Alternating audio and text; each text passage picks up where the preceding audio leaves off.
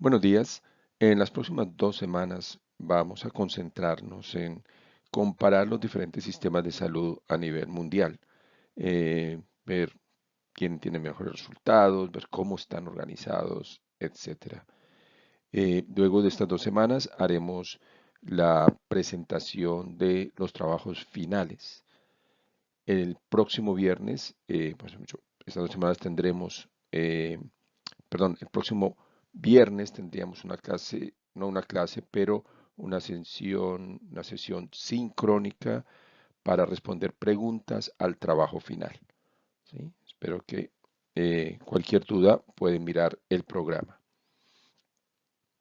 En general, en este curso ya hemos hablado frecuentemente de los sistemas de salud, qué son los sistemas de salud y elementos claves en los sistemas de salud: financiamiento, gobernabilidad, recursos humanos y físicos, prestación de los servicios y otros temas que son transversales, digamos, a estos grandes bloques, como el tema de equidad, de eficiencia, acceso, calidad y sostenibilidad. Son algunos de los eh, temas que se deben analizar cuando queremos mirar sistemas de salud y compararlos. Ahora, no existe, y es importante, creo que comenzamos la primera clase con esto, un sistema de salud ideal, porque hay sistemas que funcionan bastante bien, pero que responden a un contexto, a una realidad particular. Por ejemplo, Finlandia, Noruega, en general son sistemas de salud bastante bien evaluados, pero en ellos los ciudadanos, de un lado, la mayoría trabajan de manera formal y no informal. Dos, no tienen problema en pagar casi el 50% de sus ingresos en impuestos porque confían en el gobierno para proveer salud, educación, etcétera. Tienen la mejor educación del mundo y en salud están muy bien ranqueados. Pero si en Colombia pidiéramos a los ciudadanos que no paguemos el 12, 15% como lo estamos haciendo, sino el 50% de nuestros ingresos, pues habría una revolución y esto no pasaría. Entonces, eh, esa solución mágica no se puede aplicar en los países.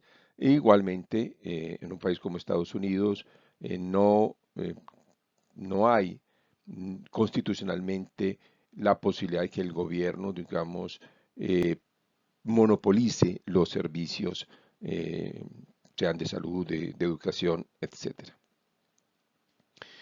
Hay, y lo hemos visto durante este curso, eh, pues diferentes maneras de organizar lo que es el, el financiamiento. Una de ellas es el aseguramiento, que tiene una función sobre todo de prevenir gasto de bolsillo. Si financiamiento no es una, aseguramiento, perdón, no tiene como principal objetivo calidad, sino básicamente pues prevenir gasto catastrófico. Y hay otras formas, entre ellas pues pago por servicios. La gente paga de su bolsillo cuando necesita y esto pues en el del lado opuesto genera muchos problemas en términos de gastos catastróficos, pero la gente puede escoger dependiendo de su capacidad, más que escoger, depende de su capacidad, el tipo y la calidad de servicios que puede comprar. Además de esto, hay un tema de gobernanza en los sistemas de salud que es importante. Países como Canadá, por ejemplo, o Brasil, son sistemas muy descentralizados. O sea, cada estado, cada departamento toma sus decisiones, solo hay unas pocas decisiones que se toman a nivel nacional, pero inclusive un departamento, un estado puede decidir no seguir esas recomendaciones o esas directrices nacionales. Entonces, este nivel de descentralización tiene un efecto importante en los sistemas de salud, con sus pros y sus contras. También hay pues sistemas principalmente públicos o monopólicamente públicos. Costa Rica es un ejemplo donde es un sistema casi que monopólicamente público con una caja costarricense que presta, que asegura toda la población y además presta servicios. O sea, tiene estos dos, cumple como aseguradora y como prestador universal de los servicios, mientras que el Ministerio de Salud no presta ningún tipo de servicio y el sector privado es marginal en el caso de Costa Rica. Parecido en algunos países en Europa, España por ejemplo, aunque en España comienza a haber más fenómenos mixtos donde se contrata al sector privado para que preste ciertos servicios. Y el caso alemán, por ejemplo, allí es el gobierno que toma las decisiones, por ejemplo, de cuánto va a pagar por los servicios y el sector privado el que hace acuerdos contractuales con el gobierno. El gobierno no tiene su propia red, sino que básicamente contrata con el sector privado. Y pues Estados Unidos, digamos, un ejemplo claro donde es el sector privado el que más se prioriza. El caso colombiano es interesante. En realidad, aunque se habla mucho de privatización, el sector público, digamos, el gobierno a través de subsidios realmente es el principal aportador, financiador del sistema de salud colombiano y el sector privado está involucrado, ¿sí? La mayoría de las aseguradoras y prestadoras son privadas, ¿sí? Pero en algunos casos también hay aseguradoras mixtas, Salud Capital, Capital Salud, perdón, y es un ejemplo de mixto entre Secretaría de Salud de Bogotá y Salud Total, ¿sí? Ahora, lo otro es que, pues, cada país tiene un contexto, una realidad epidemiológica, un, un perfil poblacional que hacen que, por ejemplo, pues en Japón, el tema de eh, población de más de 80 años es muy importante. Mientras que todavía en África o en América Latina, pues estamos hablando de adulto mayor cuando se llega a los 60, ¿sí? 60 para Japón es un adolescente. Entonces, esos cambios o esas características poblacionales o hay poblaciones, hay países que tienen crecimiento negativo, entre ellos Rusia, por ejemplo. O sea, nacen menos de los que mueren. Y esto tiene unas implicaciones en a qué apostarle, por ejemplo, en términos de planificación familiar. En cierta manera, lo que hay que promover ahí es que la gente tenga hijos, no que dejen de tenerlos, por ejemplo. Si hablamos de financiamiento en general, en el mundo lo que tenemos es una explosión de los gastos en salud, ¿sí? Esto se cuenta en trillones de pesos y es un crecimiento exponencial. ¿A qué se debe ese crecimiento exponencial? Pues ya mencionamos el envejecimiento de la población, un fenómeno mundial más fuerte en ciertas partes del mundo, pero en general hay un crecimiento de la población y un envejecimiento de la población que aumenta costos. Lo segundo es lo que se llama la presión tecnológica. Tenemos nuevos medicamentos, nuevas tecnologías mejores, pero mucho más caras, ¿sí? Contrario a los computadores, que cada vez salen mejores y hasta más baratos, en medicina, cada vez que sale un nuevo aparato, cuesta 10 veces más. Entonces, la presión tecnológica es un elemento importante en aumento del gasto, ¿sí? Y también está lo que la gente espera. Antes, pues si alguien, un niño, por ejemplo, tenía un cáncer, una leucemia, pues la gente decía, ah, pobrecito, se va a morir. Hoy en día es inadmisible que se muera. Tratamiento efectivo en unos meses queda curado, ¿de qué hablamos? O sea, eso hay que garantizarlo. Entonces, pues hay un conocimiento mayor de la población, una exigencia de tener acceso pues, a los mejores tratamientos o a las curas, porque en algunos casos ya existen curas para ciertas enfermedades, hepatitis C, por ejemplo. El hecho de que cueste 30, 40 mil dólares el tratamiento, pues es una repercusión aquí en este tema de gastos, pero no hay discusión de que estos nuevos tratamientos son realmente un cambio en la manera de manejar los pacientes. ¿En qué se gasta? ¿En qué se invierte en salud? Igualmente aquí hay grandes diferencias. En este análisis, por ejemplo, si uno se va a Gran Bretaña, en la parte inferior izquierda, ellos invierten principalmente en medicamentos y en camas hospitalarias, ¿sí? Pero si vamos a Estados Unidos, pues invierten en todo, pero por ejemplo Estados Unidos invierte mucho en resonancia magnética, en tomografía, en laboratorio, ¿sí? Entonces, como ven, es diferente la manera en que se invierte, dependiendo, o en que se gasta, dependiendo del país o de la región. ¿Cómo se financian los sistemas de salud? Están los servicios nacionales de salud. Aquí básicamente es impuestos generales. Tenemos los impuestos generales y de ahí se saca la plata y una parte de esa plata va para para salud. Y el gobierno entonces o presta servicios directamente o contrata servicios, pero es el gobierno el que maneja el Sistema Nacional de Salud. Tenemos aseguramiento social, público, público-privado, privado, pero básicamente la idea es, hay unas aseguradoras que recogen el dinero de los empleados y los empleadores y manejan ese recurso del sector. Está el aseguramiento privado voluntario, que podría ser el ejemplo de Estados Unidos, en los cuales quien quiera y pueda paga un seguro y quien no pueda o no quiera simplemente no lo paga y pues el día en que se enferma pagará, ¿sí? Es un esquema de financiamiento diferente que de nuevo responde a un contexto, a una realidad impensable en Europa, viceversa. Aseguramiento social obligatorio es impensable en Estados Unidos a nivel constitucional. Hay formas de aseguramiento basado en las comunidades, con pequeñas mutuales. Esto se usa mucho en China, en India, donde es difícil tener un aseguramiento universal. El gobierno ha dicho que no tiene la capacidad de hacerlo. Y está el financiamiento a través de gasto de bolsillo, ¿sí? La gente paga. Es lo más frecuente, por ejemplo, en la mayoría de los países en África.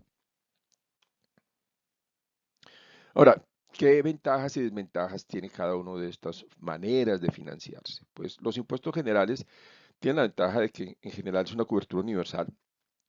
O sea, esa plata se recoge y se va a repartir, o los servicios que se prestan para toda la población, ¿sí? Sin embargo, en la medida en que viene de impuestos generales, pues otros sectores, educación, por ejemplo, ejército va a decir, oye, yo necesito mucha plata también, y hay una competencia. Los seguros, la seguridad social o los seguros obligatorios, pues en general aumentan la disponibilidad a pagar. La gente dice, bueno, esa plata va a salud y en ese sentido yo pago por salud, yo no pago al gobierno para que haga lo que quiera, sino yo pago para salud, ¿sí? Sin embargo, no necesariamente tienen la misma cobertura porque puede haber población que no puede pagar. Y en ese sentido, en algunos casos la subsidia el Estado, pero en otros no. Entonces, la cobertura puede disminuirse y hay más actores involucrados en este proceso, más manos y toda la discusión sobre intermediación o no influye en este aspecto. En general, los sistemas de seguridad social son los que más se utilizan en Europa y en algunos otros países, ¿sí? Los seguros privados, poníamos el ejemplo de Estados Unidos, hay una gran cantidad de servicios, de hospitales, de tecnología que existe, o sea, la tecnología está más disponible, pero en general los costos aumentan y hay una exclusión de una parte de la población. Los seguros comunitarios tienen la ventaja de que hay un control más local, la gente conoce quién está recibiendo la plata y en qué se está gastando, pero pues tienen limitaciones, sobre todo cuando ya es un cáncer, una cirugía, pues la capacidad de una pequeña comunidad para recoger suficiente dinero para tratar o para hacer un trasplante de médula, por ejemplo, es muy limitada. El pago de bolsillo, la verdad es que tiene muy pocas ventajas, ¿sí? Y en general, lo que ocurre con esto es un riesgo de gasto catastrófico. Se entiende por gasto catastrófico cuando una familia gasta más del 30% de sus ingresos, excluido lo de alimentación, 30% de sus ingresos en un evento en salud. En estas, digamos, manera de gastar se comporta de manera diferente dependiendo del país. Si vemos acá, comenzando por el primero, Bangladesh, tiene un gran gasto de bolsillo. Y luego hay otro gasto, no, digamos, fuente de financiación, perdón, que sería el de donantes, ¿sí? Si vamos al final, Gran Bretaña, básicamente es a través de impuestos generales, hay algo de contribución a seguros de salud y lo privado, el gasto de bolsillo es muy pequeño, ¿sí? Entonces hay una diferencia muy importante en Bangladesh, donde el gasto de bolsillo es muy grande y hay una gran importante dependencia de donantes, ¿sí?, internacionales, a Gran Bretaña, que el gasto es principalmente a través de impuestos generales y hay muy poco gasto de bolsillo. Y lógicamente ellos son donantes, ellos no reciben donaciones.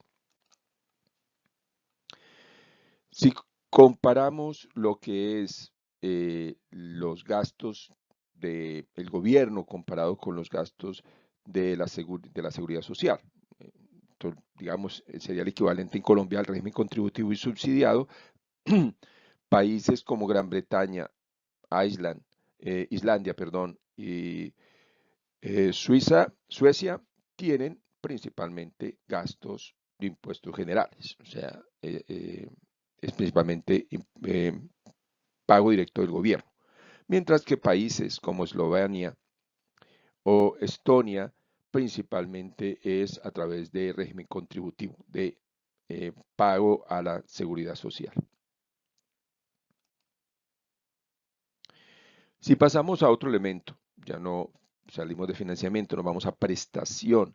La manera en que se prestan servicios también es diferente. En Gran Bretaña, ¿sí?, es un sistema de prestación universal, o sea, hay cobertura universal de prestación de servicios, ¿sí?, y es un modelo basado en atención primaria. O sea, cada persona tiene un médico de familia, digamos, que es responsable de la atención, hay una puerta de entrada clara y hay una gran fortaleza del sistema del componente de salud pública.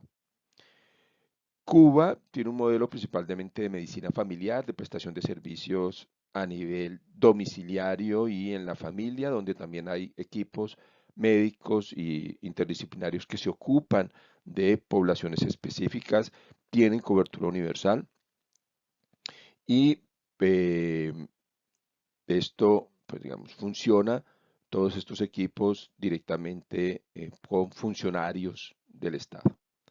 Canadá es un modelo mixto, ¿sí? También se garantiza acceso a universidad universal. Hay sector público y sector privado que presta servicios. La característica en Canadá es que el sector privado de prestación no puede tener ánimo de lucro. Igualmente, pues, el de aseguramiento, pero el de prestación no puede tener ánimo de lucro. Estados Unidos, modelo de prestación privado, ¿sí? La prestación, o sea, la salud no es un derecho, la prestación es quien la puede pagar, o a través de seguros o directamente de su bolsillo, ¿sí? Y en general la salud pública pues tiene una importancia muy reducida y cada vez lo están reduciendo más. Si miramos en términos de capacidad, ¿sí? Si comparamos los países de la OSD, ¿sí?, en términos, por ejemplo, de la cantidad de médicos por 1000 habitantes, ¿sí? Entonces hay un promedio de 3.2 médicos por cada 1000 habitantes y luego tenemos que Noruega, en general los países nórdicos, pues tienen más médicos por 10.000 habitantes, mientras que países como Gran Bretaña, Estados Unidos y Canadá tienen menos. En realidad no hay un estándar fijo, pero sí podemos decir que si hay muy pocos, o sea, menos de uno por 10.000 habitantes, hay un problema, ¿sí? Y También puede haber un problema si supera niveles de 5 o más por 10.000. Esto en algunos casos pasa en Cuba, por ejemplo, y han tenido que exportar médicos porque les sobran. ¿Sí? Y en enfermería lo que es la media está en 10, teniendo unas pocas excepciones que tienen un nivel más importante, pero en general, digamos, estamos eh, mm, bastante más bajos, digamos. En promedio, se estima que por cada médico debería haber 3 enfermeras. ¿Sí? Entonces, si hay un promedio de 3 médicos por 10.000 habitantes, debería haber 9 enfermeras por 10.000 habitantes. El caso colombiano es preocupante porque no llegamos ni siquiera a tener 1 a 1, o sea, un médico, una enfermera por cada médico.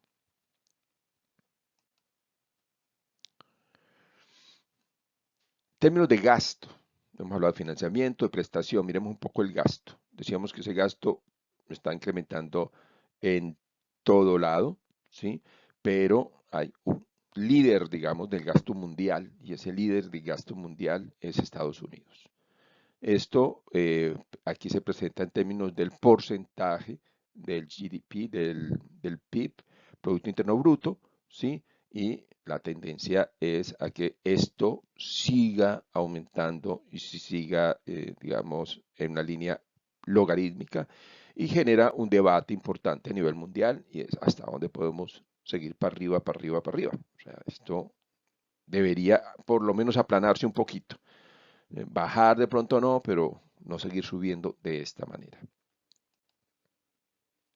Y en América Latina igualmente, ¿sí? Si miramos países de bajo y de alto gasto, de todas maneras, en América Latina la tendencia en la región, que sería la línea azul oscura, es a un aumento en el gasto, ¿sí? Una tendencia que continúa, estaríamos hablando hoy en día aproximadamente de unos $400 persona año en promedio.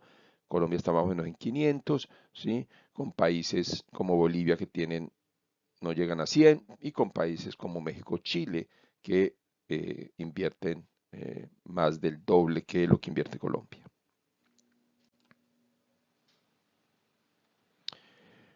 Ahora, igualmente, si miramos los países de la OSD en términos de gasto, vemos que hay diferencias importantes y insistir en que el que más gasta, puesto en términos de GDP, porcentaje de GDP, o puesto en términos de capital fijo, o sea, en dólares constantes, es Estados Unidos, ¿sí? Y Suiza.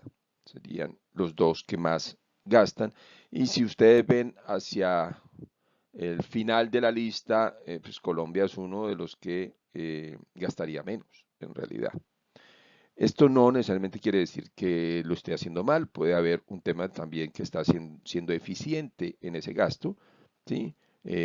Con respecto a lo que ofrece, pero definitivamente pues llama la atención, estamos bastante lejos de un gasto promedio OSD en salud. Si miramos en qué se está gastando, ¿sí? Lo que viene creciendo y que es importante es el gasto, lo que se llama long-term care, o sea, el gasto por enfermedades crónicas. Ahí es donde está el costo, sobre todo a nivel de OSD, pero es una realidad que Colombia todavía no ha digerido, pero que tenemos que mirar con mucho cuidado. El gasto de personas de más de 65, 70 años, gasto por enfermedades crónicas, ¿sí? Es ese gasto el que va a irse aumentando de una manera más importante. Y en realidad, cuando se habla de controlar gastos, hay una obsesión por medicamentos. Y esa en parte es importante, pero el gasto de todas maneras principal no es tanto medicamentos, es más talento humano, se requiere más gente, más especializada, más conocimiento, hay que pagarle mejor. Y también todo lo que es tecnología, más que el medicamento como tal, los exámenes, los equipos para hacer imágenes, etcétera. Ahora, lo otro es, digamos, la eficiencia. O sea, cuánto nos gastamos para tener una persona hospitalizada. Entonces, es interesante ver en estos análisis cómo hay grandes diferencias. O sea, el costo por persona hospitalizada, ¿sí?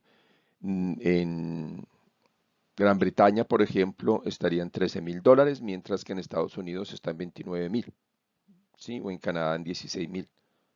¿Sí? Y en Alemania 6.180. Mencionar que Alemania es de los que mejor, por ejemplo, ha respondido a el COVID en términos de mortalidad en Europa.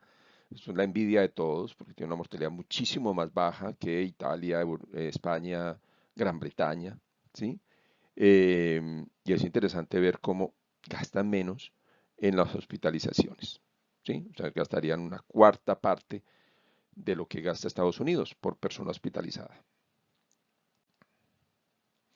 En términos de gasto de bolsillo, en general, está alto en la mayoría de los países, ¿sí? Con extremos. India es uno de los extremos. En India estaríamos en un 65% de gasto de bolsillo, ¿sí? Y cosa que preocupa mucho. E Indonesia estaría en ese extremos con un 50% de gasto de bolsillo. Del lado contrario, tendríamos Alemania, que está en un 9.8%, Sudáfrica, que también tiene un gasto de bolsillo muy bajo, de 7.7%, Colombia estaría en un 13%, con niveles como Dinamarca. No está tan mal, sobre todo si lo comparamos con países vecinos como eh, Chile, que estaría en 32%. Y bueno, corrijo que aquí aparece 18 en Colombia, aunque las últimas cifras sí hablan de 13-14%. ¿Sí? Ahora, ¿cómo medir el impacto de los sistemas de salud? Entonces, pues, hay múltiples indicadores, pero uno de ellos es esperanza de vida.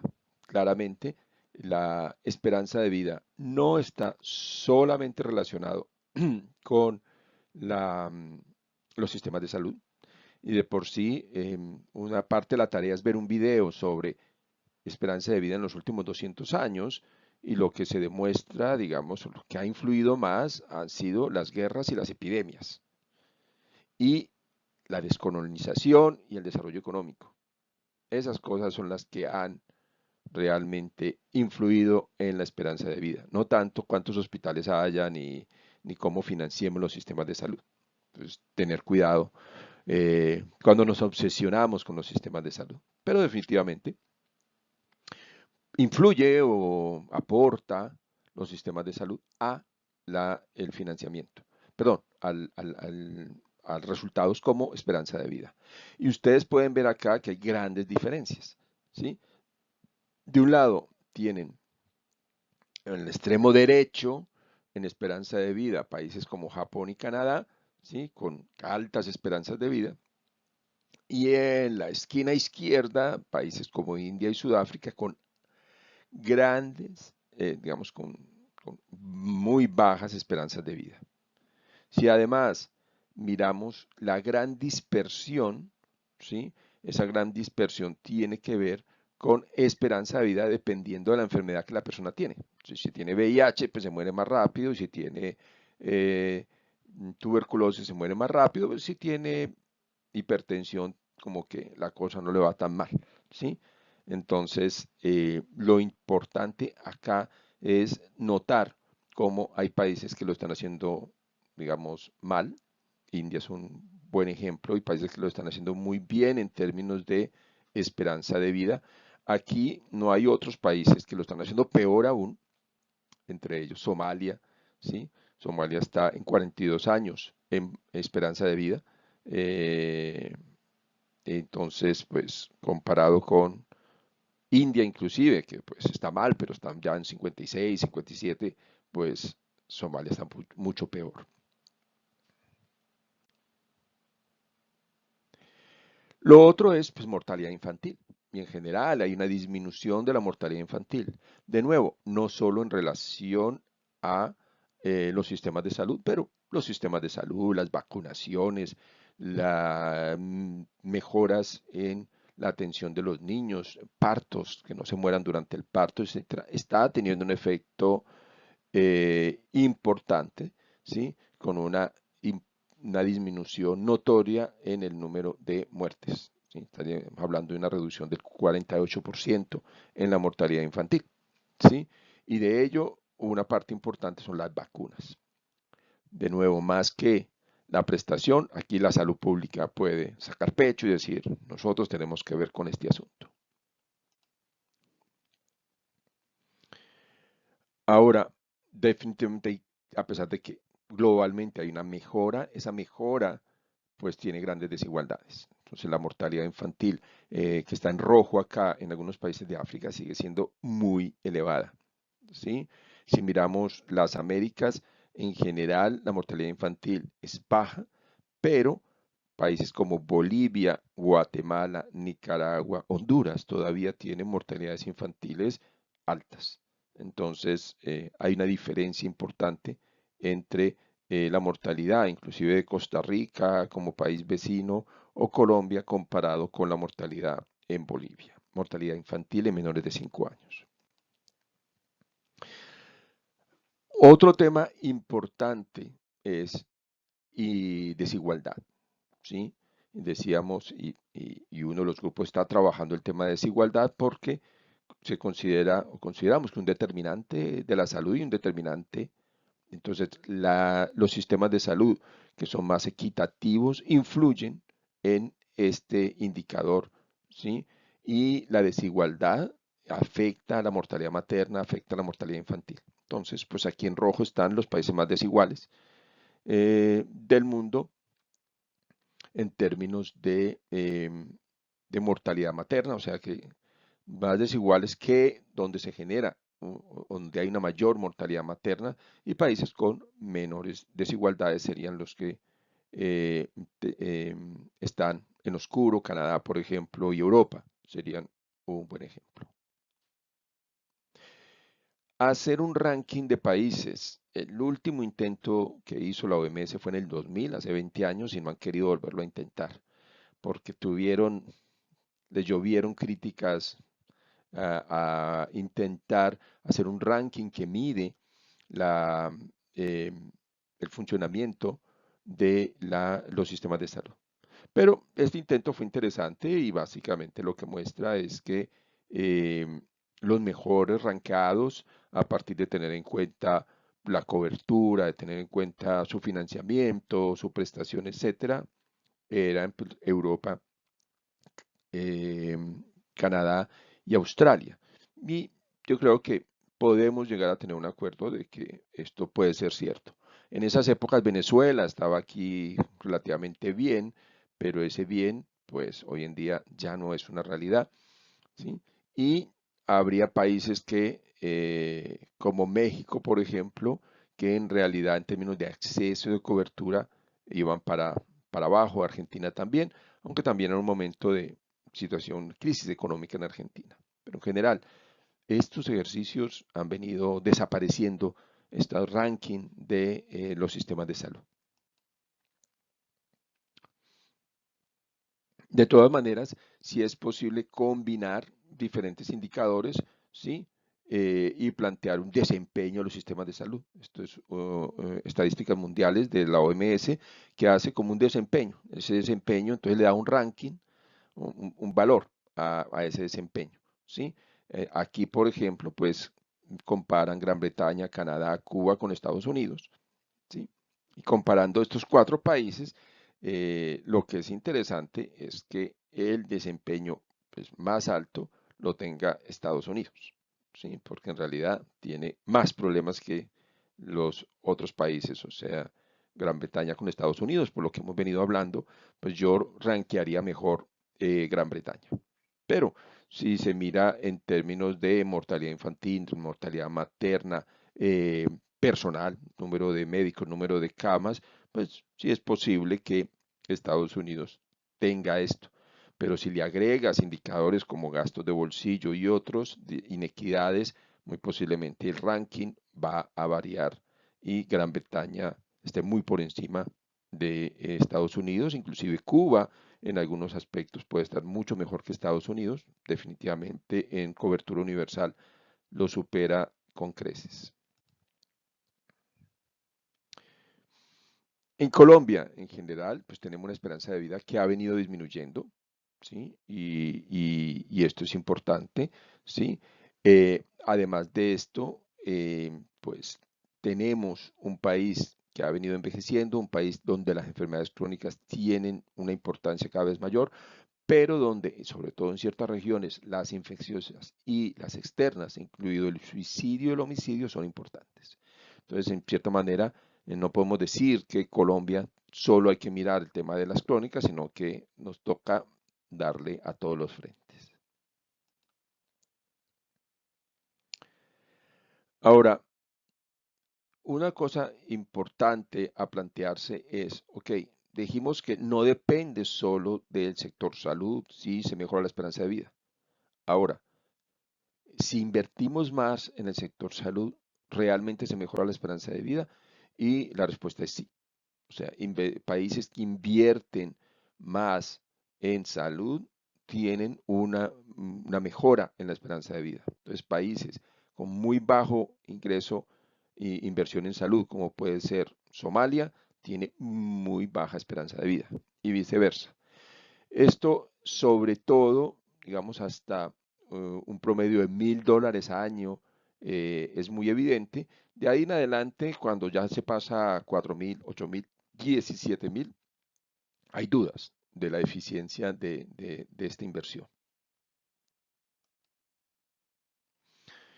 Les voy a hablar de algunos sistemas de salud y uno que me llama la atención y que sigo es el de Estados Unidos. Es un sistema que lo que tenía era el ACA, que era un sistema, lo que se llama Obamacare, que básicamente buscaba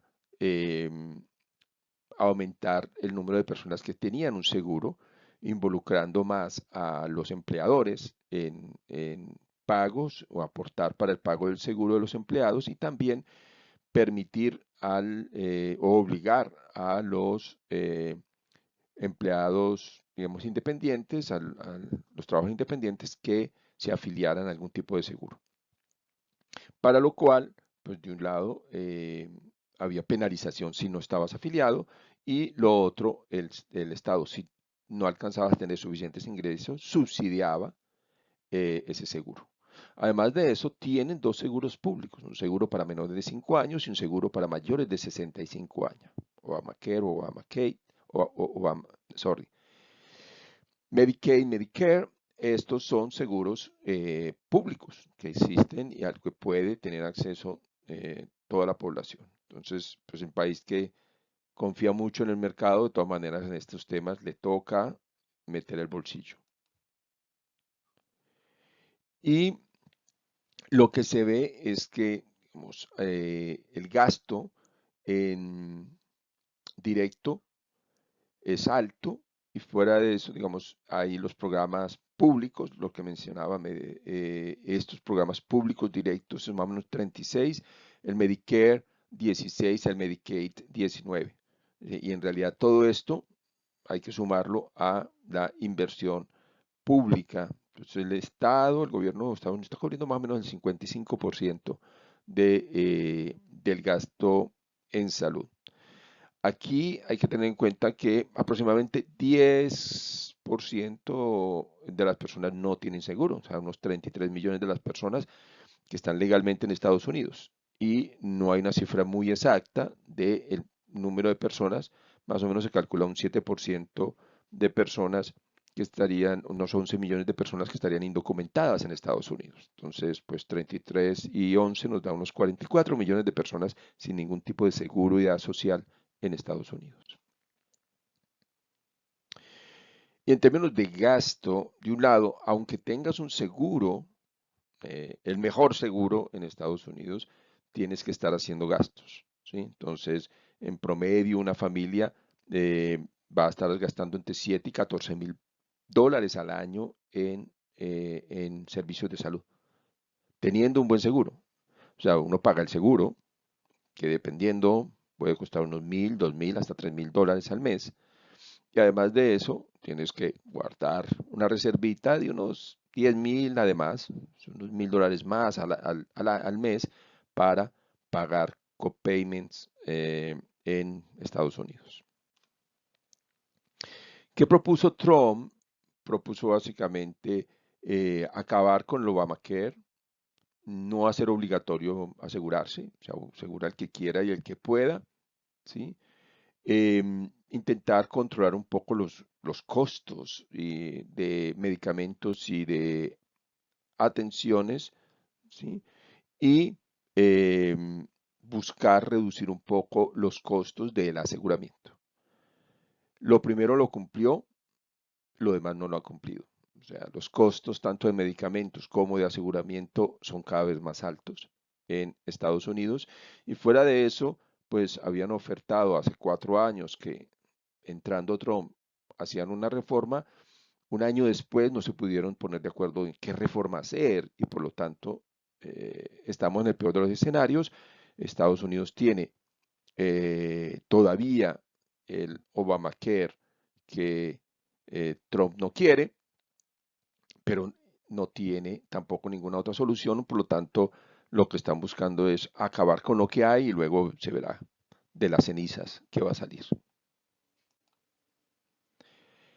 Con los cambios propuestos, o sea, que no sea obligatorio y con la reducción de los subsidios para asegurarse, como ya no es obligatorio, el Estado no tiene obligación tampoco de subsidiar, lo que se calcula es un aumento, estábamos hablando de 44 millones sin seguro y esto podría aumentar más o menos un 30%, ¿sí? Y además de ese aumento, pues el déficit en el sistema, en la medida en que hay menos personas aseguradas, pues debe aumentar en unos 200 billones de pesos en los próximos años. Ahora, ¿cuántas personas perderían el Medicaid con estas nuevas medidas? Porque también es más estricto los requisitos para tener estos seguros públicos. Se calcula que serían 18 millones de personas, ¿sí? ¿Y qué número de personas ya no tendrían el apoyo de su empleador para los seguros de salud? Serían más o menos unos 5 millones de personas. Pasando de Estados Unidos a Canadá, que Canadá pinta mejor que Estados Unidos, entonces básicamente es un seguro universal, obligatorio, con una participación, sobre todo en la prestación pública y privada, principalmente descentralizado. Entonces puede haber algunas diferencias, por ejemplo, en paquete de servicios de un estado a otro, ¿sí? Se financia principalmente en impuestos generales, ¿sí? Y lo que hacen es que el gobierno, digamos, contrata directamente con proveedores, ¿sí? Y estos proveedores le cobran al gobierno, ¿sí? El gobierno está involucrado en la vigilancia, pero no está involucrado en el manejo, digamos, o la administración de los hospitales. Y como decía, no puede haber ánimo de lucro en esos hospitales, ¿sí? Entonces no vamos a entrar mucho en detalle en cómo está organizado el sistema de salud, pero lo que es de mencionar es que, digamos, el ministerio como tal no está involucrado en la prestación, ¿sí? Un poco como pasa en Colombia, pero el ministerio está principalmente guiando, definiendo las reglas de juego. En términos de los servicios, tiene un paquete global basado en gastos previos, en lo que se ha venido gastando, con eso se estructura un paquete, una flexibilidad en el manejo de los recursos por parte de los prestadores y insistir en que los hospitales no tienen ánimo de lucro.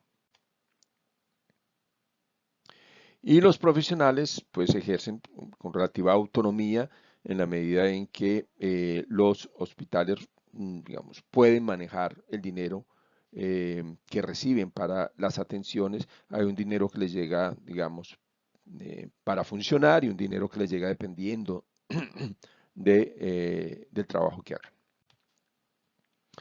En el caso chileno, pues tenemos una población que igualmente está envejeciendo. Chile es un país que tiene un fenómeno de informalidad alta y es una población que también hay grandes inequidades y hay un 22% que vive en la pobreza.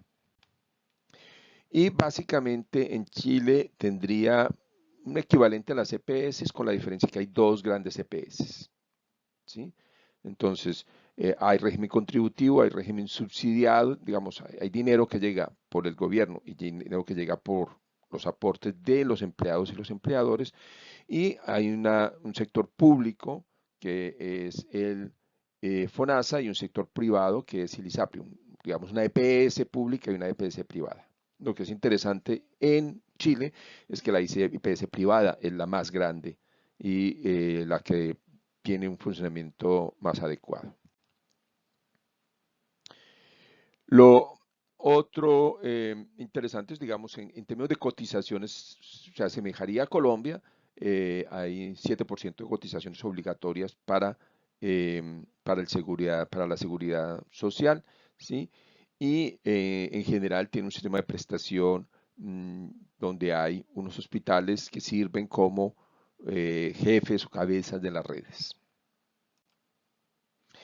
Y tienen un equivalente al POS con unas características interesantes. Es eh, lo que llaman garantías explícitas, ¿sí? Porque además de listar las garantías, o sea, a lo que tiene derecho la gente, dicen en cuánto tiempo tienen derecho. Entonces, para la atención de cáncer gástrico, vamos a garantizarlo en 45 días, ¿sí? O para el prótesis, en tanto tiempo. Este detallito que en Colombia no está regulado es muy interesante. Y yo pienso que sería algo para aprender. De todas maneras, siguen teniendo problemas, tienen problemas de inequidad, problemas de sostenibilidad, problemas también de ineficiencias y de calidad en los servicios.